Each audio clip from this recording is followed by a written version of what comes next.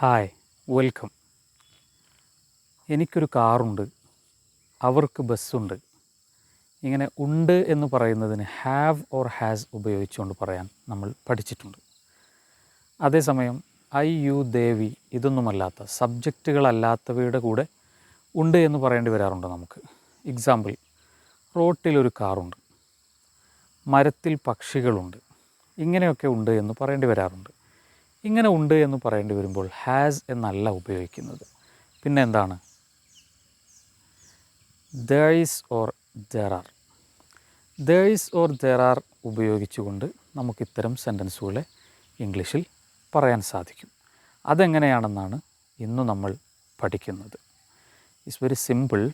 റോട്ടിൽ ഒരു കാറുണ്ട് എന്നാണ് നമുക്ക് പറയേണ്ടത്. റോട്ടിലേക്ക് നോക്കിക്കൊണ്ട് നമ്മൾ പറയുകയാണ് റോട്ടിലൊരു കാറുണ്ട്. അപ്പോൾ ശ്രദ്ധിക്കണം, റോട്ടിലൊരു കാറുണ്ട്. ഇതെങ്ങനെ പറയും?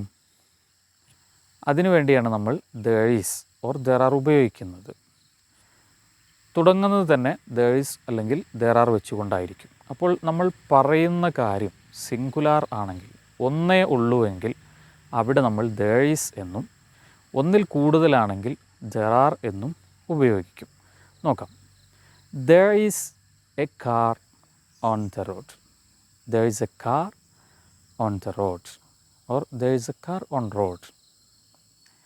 നമ്മൾ ആ റോഡിനെ സ്പെസിഫൈ ചെയ്ത് പറയുമ്പോഴാണ് on the road. there is a car on the road. റോട്ടിൽ ഒരു കാറുണ്ട്. ഇനി അത് രണ്ട് കാറുകളാണ്, അതല്ലെങ്കിൽ ഒരുപാട് കാറുകളാണ്. there are two cars. there are two cars on the road. റോട്ടിൽ രണ്ട് കാറുകളുണ്ട്. there are many cars on the road. there are many cars on the road. റോട്ടിൽ ഒരുപാട് കാറുകളുണ്ട്. ഓക്കെ, മനസ്സിലായല്ലോ. അപ്പോൾ I, you, they, we, he, she, it ഇങ്ങനെയൊക്കെ തുടങ്ങിയ സബ്ജക്റ്റുകളുടെ കൂടെ ഉണ്ട് എന്ന് പറയാൻ വേണ്ടി, ഉദാഹരണത്തിന് I have a car, she has a car, they has a car, they have car, they have a car, they have a bus.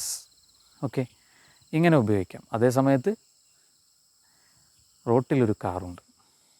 there is a car on the road. there is a car on the road. മരത്തിൽ ഒരുപാട് പക്ഷികളുണ്ട്.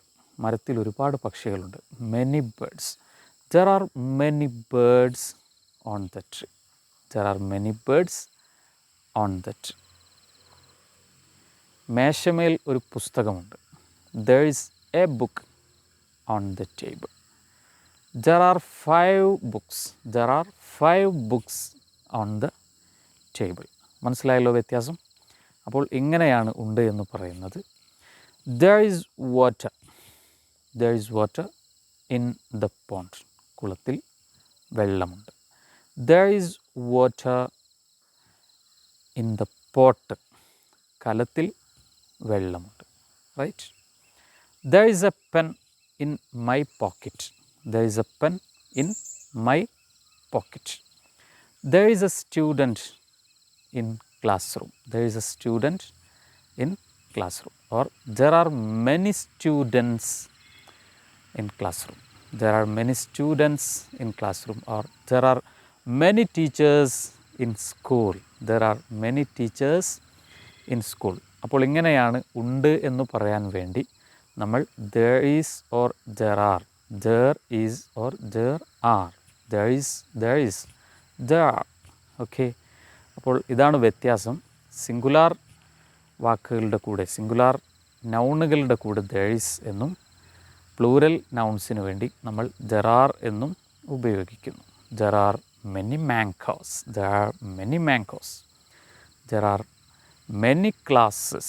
okay, there are many cars. there is a student. there is a flower. എന്നതിന് ഒന്ന് എന്നർത്ഥം. there is a flower. there is a fruit. there is a fruit. there is a student. Okay, അപ്പോൾ ഇങ്ങനെയാണ് ഇത് പറയുന്നത്. there isഉം there areഉം ഉപയോഗിക്കുന്നത്. എങ്ങനെയാണെന്ന് കൃത്യമായി മനസ്സിലായി കാണുമല്ലോ. ഓക്കെ, ഇതിൻ്റെ തന്നെ കണ്ടിന്യൂവേഷൻ നമുക്ക് വരും ക്ലാസ്സുകളിൽ ഡീറ്റെയിലായി ഡിസ്കസ് ചെയ്യാം. Thank you. Bye, take care.